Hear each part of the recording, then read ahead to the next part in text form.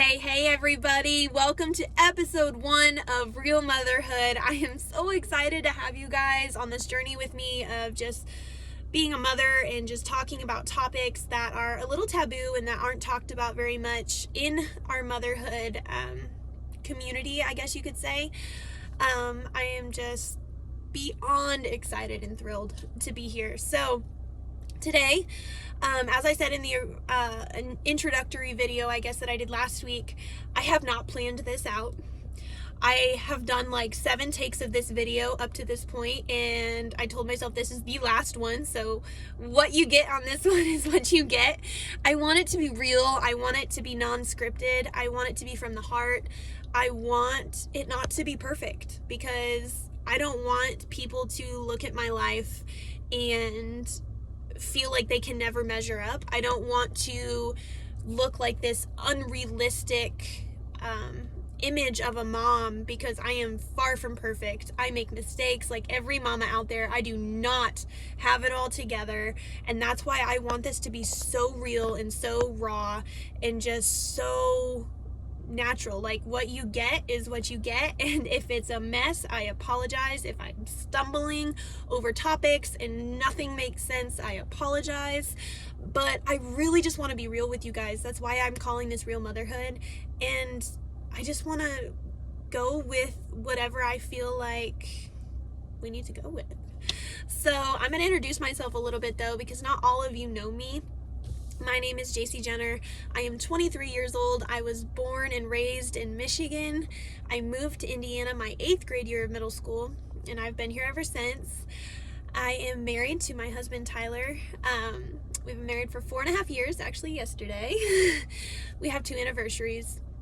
That's a story for another time. I will share that story, I promise, because it is absolutely amazing and just filled with God's amazing promises of just family and all of that. So I will share our story, I promise. But I do get 2 anniversaries. One of them was yesterday. It was our 4.5 year anniversary, and we have 3 beautiful baby boys. Bryson is 4, Warren will be 3 next month, and Zane is 19 months old. Little bit about our life. It's crazy. We could probably sell it as a reality TV show. There are 9 of us living in a 1,000 square foot, 2-bedroom, 1-bath house with 2 dogs and a cat. Saying that out loud makes me sound crazy. My best friend, Kelsey, and her husband, Tim, and their 2 daughters, Josie and Salem, who are 2 and almost 1, they moved into our house a couple months ago. Tim got out of the Navy recently, and it has been such a blessing having them in our home and raising our kids together. Kelsey and I have been best friends for 10 years, and we always used to talk about like raising our kids together, kind of like siblings, and like parenting together and going through motherhood together. And with them being in California the last 4 years, it was hard being away from them, especially because we weren't there for a lot of like each other's births or anything like that. And so this has been just an amazing journey having them in our home. They're never allowed to move out. Having 4 parents is so much better than just 2 parents. No, we're not weird. We're not like, I don't even know what that word is, where like you're married to multiple people. Like that's not us. She has her husband, I have my husband. Our husbands think they're husbands, but that's just a whole bromance thing. So it's just amazing, to have them there and to have 5 kids under the age of 4 under one roof. So there are plenty of stories to share, trust me, on just craziness and toddlers and motherhood. And I'm really excited that I have that to feed from, because it'll really give me a lot of good content for this video diary. So going into today's topic, we are discussing self-care. I posted a post a couple days ago asking moms about some topics that they would like to talk about that they don't hear a lot about. And postpartum depression was a big one, which we will cover, but also that it's okay for moms to need a break. That was a huge one. And I am so close to this topic. Like this topic is basically the reason that I'm doing this video diary.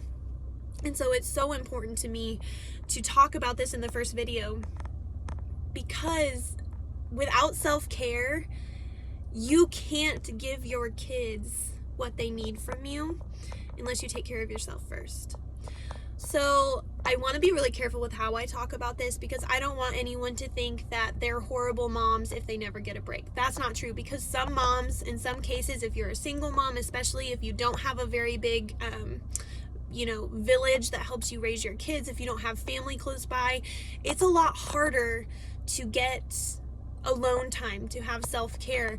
And I understand that every situation is different, but I also want moms to understand that you need to make it as much of a high priority as you possibly can to have alone time away from your children, to refill your own cup, not just physically, eat some food without your kids eating everything off your plate before you eat it, but also just mentally, de-stressing, just turning your brain off, and spiritually, reading your Bible, doing devotions, listening to worship music, just refilling yourself, refueling yourself to get through the rest of the week, or to get even through the rest of the day. Even if you only get an hour or 2 hours, make the most of it and just do something that really makes you feel human. like you have a life outside of your kids. And that's what I really want to talk about today. So a little bit more background. I got diagnosed with severe anxiety and depression when I was 8 years old. I went through immense therapy. I was on antidepressants from the time I was 8 until I was 18. When I turned 18, I ended up getting pregnant with my oldest son, Bryson. So I went off of the Zoloft because I didn't want to be on it while I was pregnant. I've been off of it for 5 years, but because of the season that I'm in, raising 3 toddlers, just being very active in our church, the boys are in sports, I was working a part-time job. With everything that was going on, my anxiety and depression started to rear their ugly heads at the beginning of this year, especially with everything just going on in the world in general. It's been a crazy last couple years with COVID and everything going on. And so I decided that it was time for me to go back on my antidepressants. This was a very hard decision for me because personally I felt weak. I should be able to handle motherhood all by myself, and I'm superwoman, and I can do this. I don't need help from no medicine or anything like that. But in all actuality, the more I thought about it, the more I prayed about it, it doesn't make you weak to need a little extra help to be a nice person. If you're like me and you have anxiety and depression, you know that when those are rearing up, when they are active, when they are bad, that you aren't the nicest person, because you end up taking it out on the ones you love. I was taking it out on my husband, on my kids, on my family, on my friends. I was never happy. I was never satisfied. I was just internally angry at myself with how I was treating everyone else. But I also was having a really hard time doing anything about it, because mental health is an illness. If you put your brain of someone who has anxiety and depression next to a normal person's brain who does not suffer from anxiety and depression, there are distinct differences. And science has proven that our brains are wired differently. If you suffer from anxiety or depression or ADHD or any other mental health illness, there is a difference in your brain. You are not weak. You are not lazy.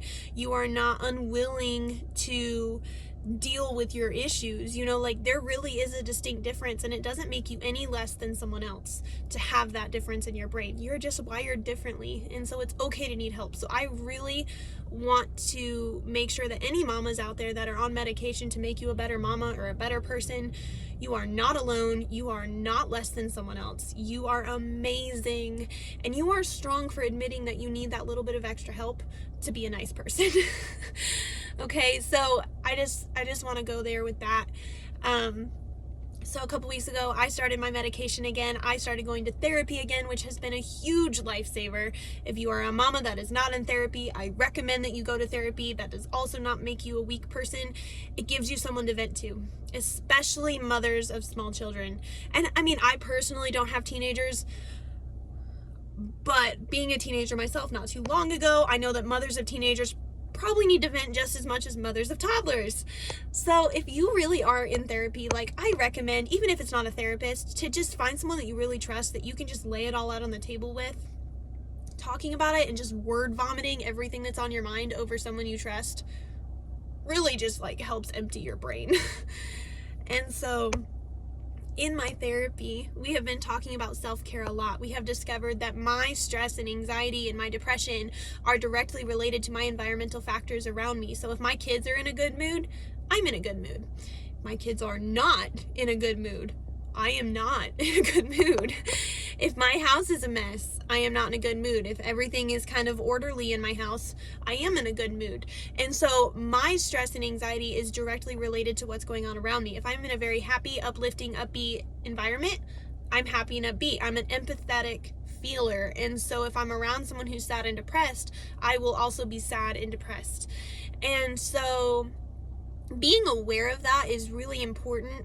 A lot more people are actually empathetic feelers than they think they are. As far as like, you may not realize that that's the case. Like if you're around a bunch of people who are always negative, always like glass half empty kind of people, you're gonna turn into a glass half empty kind of person. So surrounding yourself with upbeat, positive, lively people who are just full of love and laughter and smiles is really important. And I'm not saying that you can't ever have a bad day, because I have bad days all the time. But I'm just saying that who you surround yourself with is very, very important. You are who you hang out with. That's another topic that we will discuss later on as far as mamas. If you hang out with mamas who do things that you don't always agree with, you're going to find yourself doing those things to your kids too. And so just being aware of your surroundings, your environment, is something that we've been talking about a lot in my therapy sessions. And it's made me a lot more vigilant into what's going on around me and what atmosphere I'm in and how I respond to that atmosphere, because you do control how you react to a situation. And so that's been huge for me. And so we have discussed self-care a lot, and I have discovered that for me, my schedule and my week kind of looks like this. I am heavily involved in our church. If you do not already know that, I am a worship leader. I serve in our kids classes, our kids life classes. I have been a nursery coordinator before. I was the leader of BGMC at our old church, which is Boys and Girls Missionary Challenge. My husband and I led that. I have a huge heart for missions. I have a huge love and passion for God and sharing his good word with people. And I want my kids to grow up in the church. And so we serve as much as we can. My husband works in the sound booth. And so Sundays, our church days, we are there from usually 7 a.m. in the morning until about 12:30, 1 o'clock in the afternoon, and then we go home and crash. So Sundays are church days for us. Monday through Wednesday, I homeschool my oldest. He is in preschool. And so Mondays through Wednesdays are our homeschool days. Wednesdays are library days. You'll hear me share a lot about that. My kids love the library. And then Thursdays and Fridays are mommy's days. Those are mommy's self-care days. So what I have done is Thursdays, my kids go to daycare and they go play with their friends. They are in a nice, loving, safe atmosphere, and mommy gets all her doctor's appointments done on Thursdays. I have my therapy appointments. If I have an appointment for the kids, we do it on Thursday, dental appointment, whatever. Thursdays are appointment days, okay? Friday is mommy's happy day. I can do whatever the heck I want on Fridays. I can go shopping. I can lay in my pajamas on my couch and watch Netflix all day. I can bake because I'm a baker and I love baking. But with 3 kids, I have had to put my baking business on hold because with homeschooling and everything else, I'm not Superwoman. I can't do everything. And so I can do whatever I want on Fridays, and I'm actually going to be starting back up barrel racing, which we'll talk more about next Friday. But Fridays are my happy days. So Thursdays, appointment days. Fridays, happy days. I get 2 days in a row of self-care, alone time. Even when I'm running errands, I'm without children, and it has changed my life drastically. And so Fridays, my brother actually watches my kids. So Thursdays, daycare. Fridays, they're at my brother's. I know, before we go any further, that this is not always feasible for working moms. I am a stay-at-home mom. I am thankful for the opportunity to be a stay-at-home mom, but I know that not every family that is an option. And so for mamas that work Monday through Friday, come home, take care of the kids, and then weekends is full of, just catching up on stuff, I really would recommend that you maybe pick one night out of the week or a couple hours on a Saturday, wherever you can fit it into your busy lifestyle. Even if it's not 2 full days, that's just what works out for our lifestyle, where we're at in our season with our kids. And like, I have a brother who does, he's 16, but he does schooling online, so he's home during the day, so he can help with the kids. So everything just worked out for our favor in that aspect, and I know it's not that way for everyone else.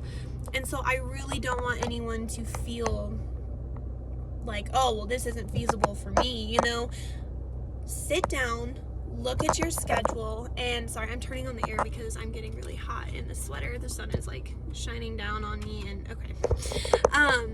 But like, sit down and look at your schedule. Like, sit down, look at your calendar and say, okay, I have 2 hours here, I can go get my nails done, or I have 1 hour here, I can sit and watch an episode on Netflix, or plan it ahead of time. Sit down with your spouse, your significant other, whoever. If you're a single mama, talk to family, reach out to friends, see if they can take your kids, find a daycare that you trust. Whatever you have to do, just make it a priority, because having these 2 days to myself has really changed like everything, because I have something to look forward to. I am creating a life for myself outside of motherhood. And that's really what it all boils down to today, is that you need to be you. You were you before you were a mom. You were you before you were a wife. You were you before where you are today. And so you need to remember who she is. You need to embrace her and let her thrive in the midst of motherhood and being a wife and all your other duties of being an employee or whatever. Your hobbies, your passions, you don't have to give all of them up just because you're a mom. I haven't barrel raced since high school, and I looked at my husband and I was like, honey, I need this. I need to be who I am, not only for myself, but so that my kids can see their mama doing something that she loves and is passionate about. It's why I lead worship. I am so passionate about God and sharing his love and leading people into his presence. That passion is so important in just the overall atmosphere of your life. So I am challenging you guys today to find something that you are passionate about and go for it. Whether it's something that you've done in the past that really just is who you are, like on the inside, whether it's horseback riding or singing or art or cooking or baking, or just whatever it is, writing or reading. Like, find time to read if that is something that you did. Like, whatever you did before you were a mom, you need to try to incorporate that into your life if you're passionate about it. Don't just throw it on the back burner and say, oh, I'll get to it when the kids move out. No, you will be a better mama. You will be happier. You will be more in tune with yourself, and your kids will notice the difference. They will see you going after something that you are passionate about and something that you love, and it'll instill in them the characteristic of being passionate about something and going after their dreams no matter what stage of life that they are in. And that is my main focus today. I really want and challenge you guys to find something that you are passionate about. Do something for yourself. Have self-care. Try to schedule into your week time for you, doing something that you love, something that you enjoy, and share it with people. Talk to your kids about it. Say, hey, you're gonna go hang out with this person, or you're gonna You're gonna go to daycare, you're gonna go here because mommy's gonna go do something that she wants to do. Mommy's gonna have a little bit of alone time, and then mommy will pick you up, and we'll come home and we'll color and we'll play together. But mommy really likes to do this, and so mommy's gonna go do this by herself. And it's okay to talk to your kids about it. Be vocal about it. Say, hey, mommy is going to drop you off at a friend's house, and mommy's gonna come home and read a book for a while. Share your loves and your passions with your kids, and they will pick up on that. And it's something that, it's not something that's a luxury, it's something that's necessary. We will talk a lot more about self-care. We will talk a lot more about just, how that changes you as a mom. But for today, I really want, the key points of this are: be who you were before you were a mama, before you were a wife. Incorporate that into who you are today. Don't lose yourself in the chaos and the crazy of raising kids. Be yourself for your kids. And also schedule into your everyday life time for you, whether it's you wake up an hour earlier in the morning to read your Bible or to eat breakfast in peace. For me, that doesn't work. My 2 older toddlers sleep in my bed, so if I try to get out of bed early, they're up and they're with me. So that doesn't work for me, but that might work for someone else, Whether it's you stay up an hour later at night to watch a little bit more TV by yourself, or you eat a bowl of ice cream, whatever works for you, whatever refills your cup. The main thing is to remember that you cannot give out of an empty cup. You have to fill it up. You have to. It has to be a priority. And so I really encourage all of you to take this challenge and run with it this week. I really want to hear about it. I will post like a post before next Friday, or a couple posts or whatever, but please reach out to me, share with me what you're doing, share with me your ideas of self-care. Comment on this video, what do you do for self-care already, if you already have self-care scheduled into your weekly schedule or your monthly schedule? What are some ideas that you have to share with other women or other mamas about self-care? I also want to hear about your hobbies and your passions. I want you to share those, so comment please and tell me, who were you before you were a mama, before you were a wife, before you were who you are today? What was something that you did in high school? What was something you were passionate about in your early 20s? What was something that you thought you could see yourself doing for the rest of your life and you gave up that dream? Share it. I want to hear it. People want to hear those. They're important because they're who you are, and who you are is just as important as being a mom. I love you guys. I really hope that you enjoy this video. It's a little messy. I'll get better at this. I kind of jumped all over the place, but like I said, I really didn't want to read from notes because I want it to be authentic. I want it to be real. And I feel like if I sit down and plan it out too much, it'll be scripted. And that's not what I want this to be. And so I apologize if it's kind of hard to follow. Like I said, I will get better at this. But I am just so grateful for all of you guys. I want to say a quick prayer for you guys over my mamas. For the rest of our Friday, we are going into the weekend. We made it. It's Friday. Woo, woo. So real quick, I'm just going to pray for you guys, and I will head out of here. I have to get to another doctor's appointment and somehow fit lunch in between all of that, because eating is also important. We will also discuss that as another topic. Mamas need to eat. But okay, so let's just pray real quick. Dear Jesus, I just thank you for these amazing women and mamas and wives that are watching this, God. I just ask that you touch them, Lord, that you give them peace in whatever season they are in, whatever circumstance they are going through today, whatever is plaguing them or just disturbing them, God. I just ask for peace in their hearts, Lord, and let them enjoy this weekend with their kids.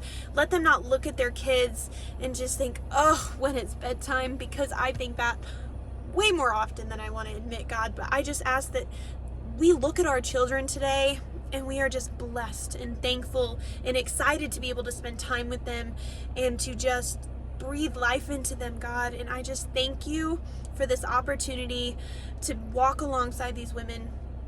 And I just thank you for each and every one of who they are and who they are going to become. In Jesus' name, amen.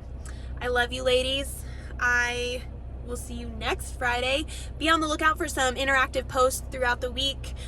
Please don't forget to comment your passions and your hobbies and what you do for self-care already, or some ideas you have that you want to share with other mamas. I will see you guys next Friday for episode 2 of Real Motherhood. Thanks for tuning in. I love you guys lots. Bye.